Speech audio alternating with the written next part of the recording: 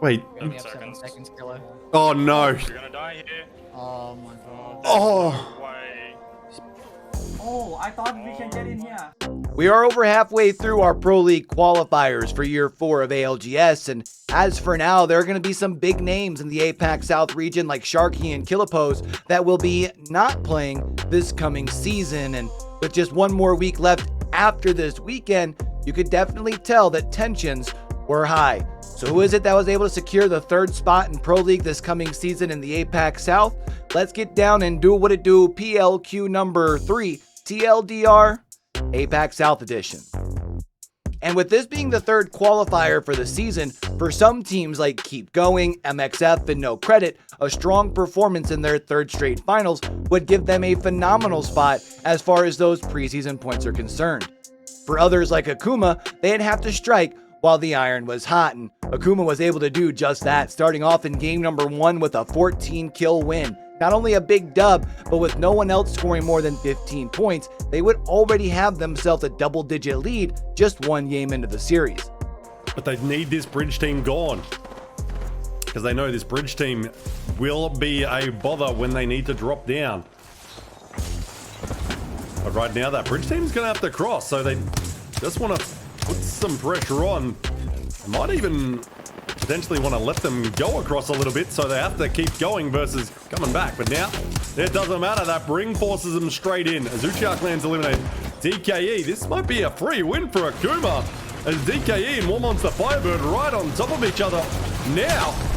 And DKE is going to have to try to pull back, try to disconnect from this fight, but they're going to be taking damage. Ultimate's going to come down. Akuma's stepping up to the plate. They just don't want to get sucked in too far. They're seeing a shark go down. No, that's not Sharky. That's just a War Monster shark.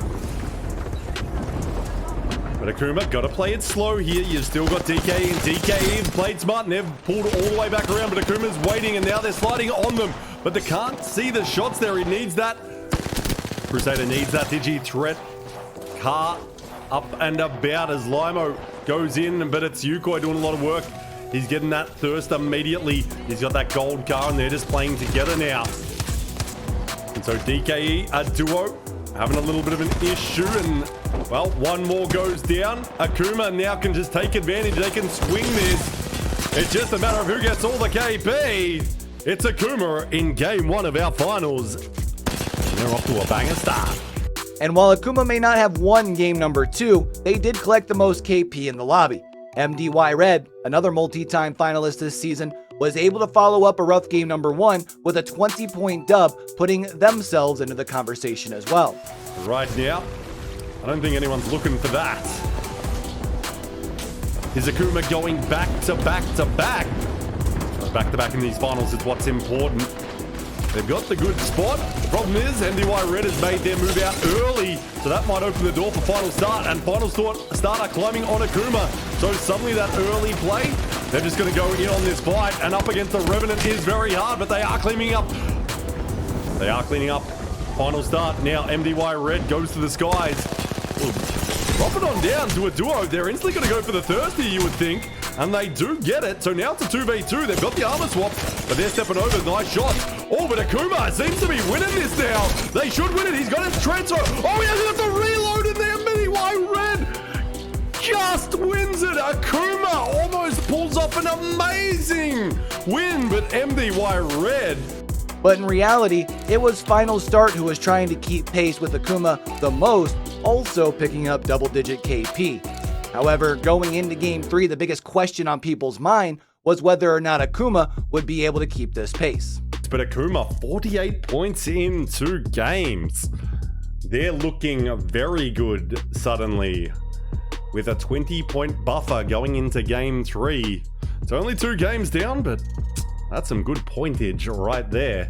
But in game number 3, our last trip onto Storm Point, Akuma would go out early, adding 0 points, giving the rest of the lobby an opportunity to play catch-up, and it was Shadow who would rise to the occasion, slaying darn near a third of the lobby with 17 KP, but they would end up falling just a bit short, with Uchiha Clan able to pick up the dub. Wingman not quite finding a target just yet. Oh, and Alice is going to get picked off by Scoldy. Or now this Wingman needs to find a target. It needs to start doing some work. He goes in. Man, zip jumping. And you're just missing them all. Oh, this wingman could take one down. Wants to find the pressure. He needs to find it now. He does. True is actually going to be eliminated. It's now 2v1. But the two are focused together. And Uchiha Clan do claim that W.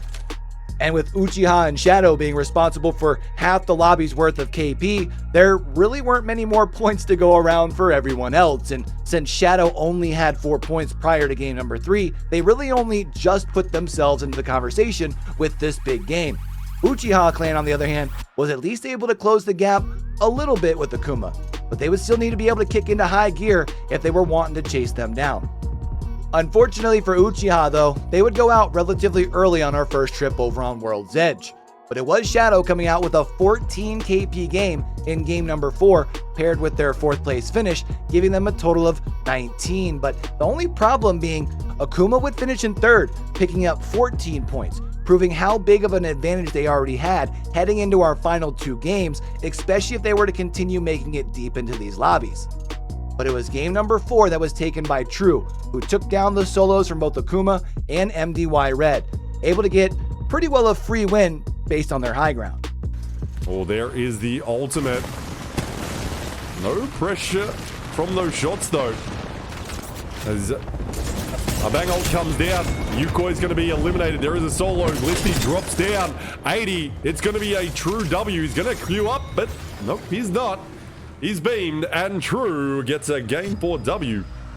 MDY Red's 2nd place finish was a big help in moving them up the leaderboards, but it was still a double-digit lead, 13 points for Akuma over Shadow in that 2nd place. And with Akuma very firmly in that driver's seat heading down the home stretch, it would more than likely require early exits and at minimum 1, if not both of the games, to drop to 2nd. But game 5 would be another solid finish for Akuma. This time a 4th place finish with 8 KP, but they, like many teams, got caught in a tough rotation moving into the last zone, leaving it down to True and Wawa across from one another with Uchiha Clan in the power position, the high ground. And Wawa would inevitably make the right play, which was push True, winning the team fight, taking 2nd as it was Uchiha able to slide down, cleaning up the pieces and taking home the dub. You'd expect Uchiha to get a game 5 W.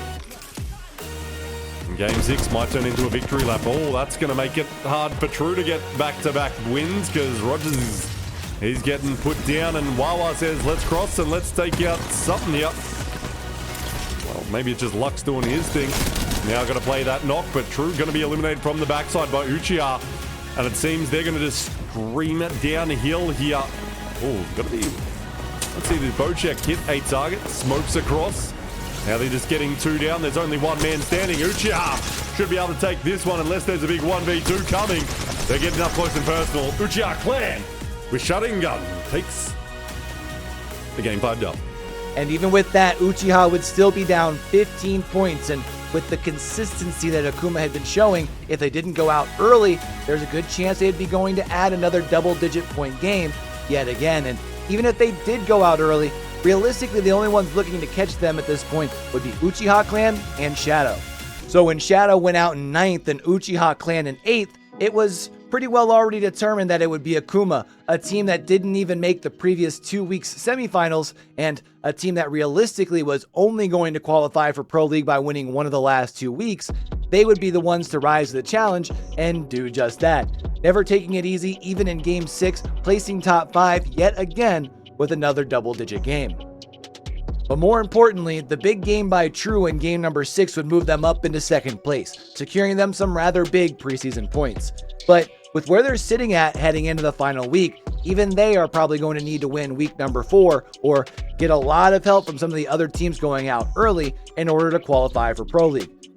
Especially with teams like Uchiha Clan, No Credit, MDY Red, and Keep Going all placing well through the first 3 weeks, we can probably expect something similar in the final week of PLQs as well. But I'm kind of curious, who is it that you want to see make Pro League with a dub in week number 4? Let me know down in those comments below. And if it's your first time through, what it do, I'm your boy Q, and I do cover a lot of esports, including ALGS, right here on the channel. So if you're looking for a good place to keep up with every region, every week with videos just like this one here. Make sure you're subscribed down below, turn those notifications on. That way we can catch y'all back for the next one. Until we do catch y'all back for the next video or wherever we cross paths next, man, don't forget, with everything crazy going on in the world today, be true, be you, be sincere, game hard and love hard. All right, y'all? It's your boy Q, signing out.